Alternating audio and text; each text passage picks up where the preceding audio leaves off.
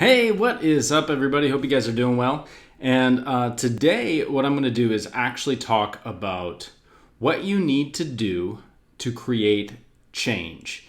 And specifically, this video is going to be for those dental practice owners out there that are ready to create a brand new practice as we kind of go through this transition. So if you guys don't know anything about me, I'm Dr. Steve Schlintz. I have been helping dentists go more insurance independent now for almost 5 years.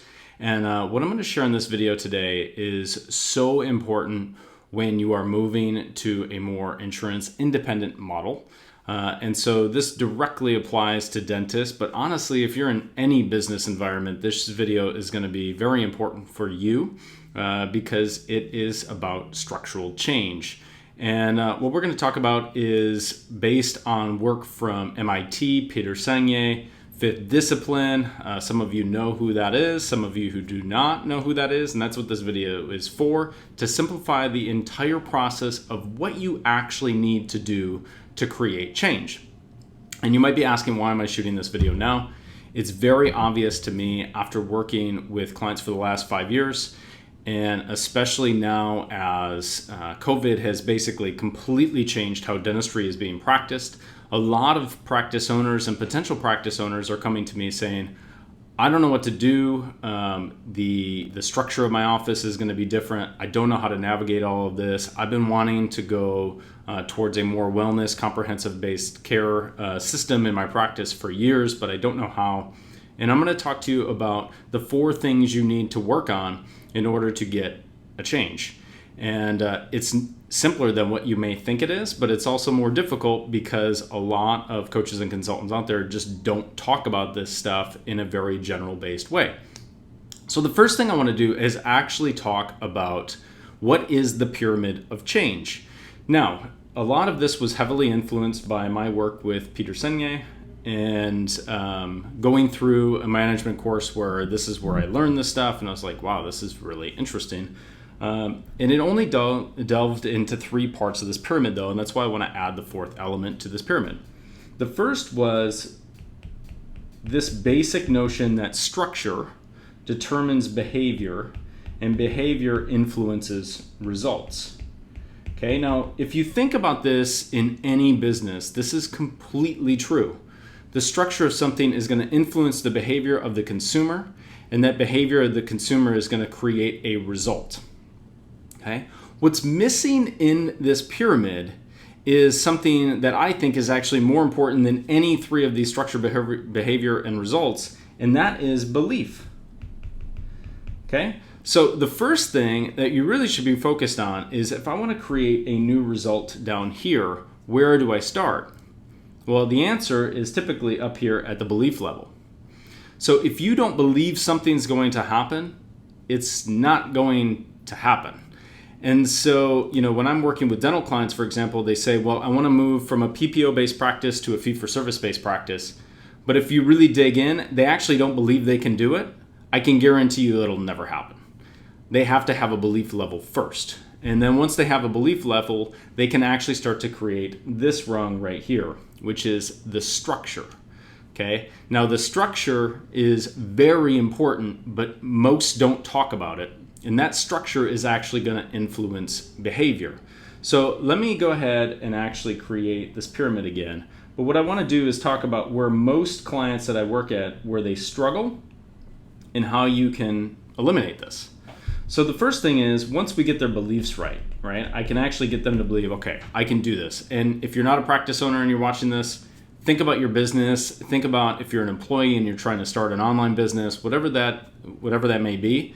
The first thing you want to do is actually create a belief system that is congruent with you achieving the result you want. Okay? Where most clients start is actually right here. So I'm going to go ahead and put structure in here again. I'm going to talk about behavior. And again, I'm talking about a dental practice here. Just put your own business in. If you're struggling to make the leap, you're like, I'm not a dentist. I have no idea what a PPO or a fee-for-service-based practice is. Most of you are dentists watching this, and that's why I'm talking to you. So if you are here at the behavior level, this is actually where coaches and consultants and dentists think the change is made. I want my patients to start accepting more care, and I'm just going to go ahead and change some behavioral based things in my practice, right? So I'm going to actually talk a little different to them. I might do a concierge service where I'm going to, give them, nice warm towels, and we're going to create an aromatherapy in our office, and that is somehow going to create a result that patients are going to move away from an insurance-based model.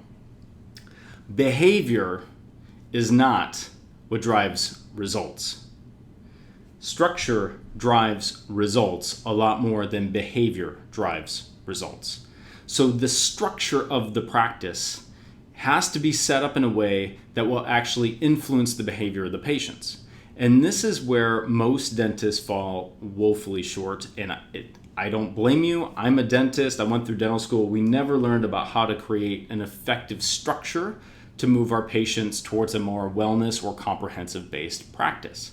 So if you're looking to do more cosmetic dentistry, full mouth dentistry, TMJ based dentistry, sleep apnea, and you don't have the structural elements necessary to do that type of work, it does not matter what you say. It does not matter how many warm towels you have in your practice. Most likely you aren't going to get the result because the structure of your practice isn't built for success. And so you might be asking, well, what structural elements should I be working on to actually elicit this change? Okay, that's a great question. And that's kind of the last thing I want to talk about in this video today. What elements of structure do you need to work on to elicit a change? So let's type in structure up here. You might be asking, okay, what are the things? The first thing you really need to be honest with yourself is my new patient experience geared towards more wellness-based comprehensive care? Okay?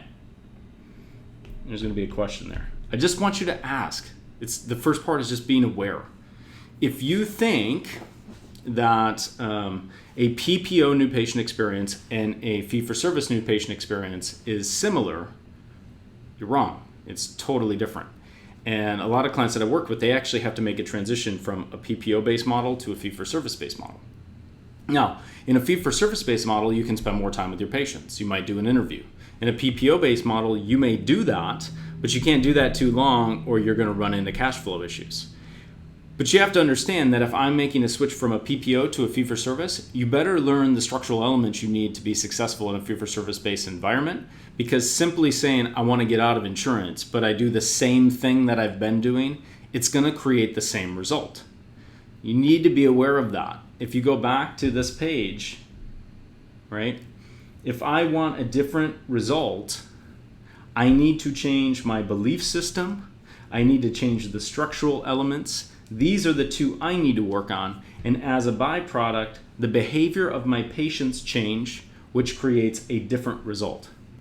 So you have to understand that we actually are trained to try to change behavior. And this is where most of when I've gotten training, it was based on behavior-based stuff. It doesn't actually work because I can't change somebody's behavior. What I can do is influence somebody's behavior by determining and changing my structure. Okay? So we need to be working on structure and belief and let the results change as a result of the behavior being changed by that structure and belief. So let's go back to this, okay? So ask yourself, what is the new patient experience structure actually like? And I'm not talking about warm towels or anything like that. I'm talking about, do you have a guided system to help your patient go from these things? Unawareness to awareness to interest to commitment. I'm running out of room, sorry. Okay? And if you do not have a structure that allows you to do that, you're going to continue to struggle, no matter what you do in your practice. Okay?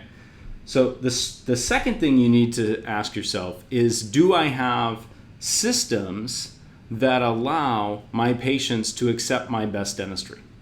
So the structure of our delivery of comprehensive care.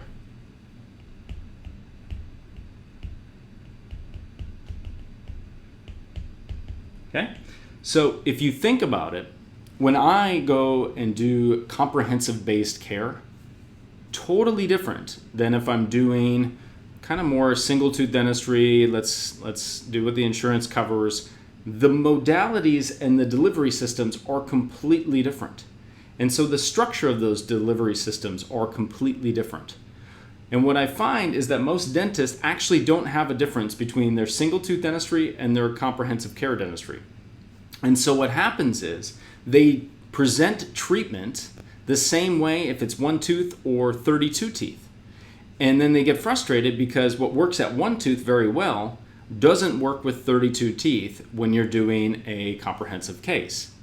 So you have to ask yourself, how good am I at actually delivering the comprehensive care? Is my team on board? Do they have systems? Is our office built around systems that allow us to do more comprehensive care? These things need to change in order for you to get the result. So obviously, I've been working with dentists now that have been in this environment for years and years and years, and that's what I get my fulfillment out as a coach working with dentists, is helping dentists transition to a more comprehensive based care model. What it does is it creates better patient outcomes. Patients are happier. Better dentist outcomes. The dentists actually have money and time freedom again. The team is a lot happier because they're doing something of value for patients and they're watching patients get healthier, have better smiles, things like that. And ultimately, the structure of the entire practice starts to change. You start to do more meaningful dentistry. You start to work more profitably. You can go from working 5-6 days a week down to 2 days a week, but do the same higher levels of care and have more fulfillment. And that is a byproduct of the structure you put in place in your office. That's what I'm trying to get across today, is you can't go from one model to the next with the same structure. And you have to learn a new style of doing dentistry if you want to practice at that level. So hopefully you guys got value out of this video today. I appreciate you taking the time with me. I know we had some live viewers on. I wish I knew who you were. I can't see who's on and if anybody's commenting, but hopefully you got value out of this one today, and I'll see y'all later. Bye.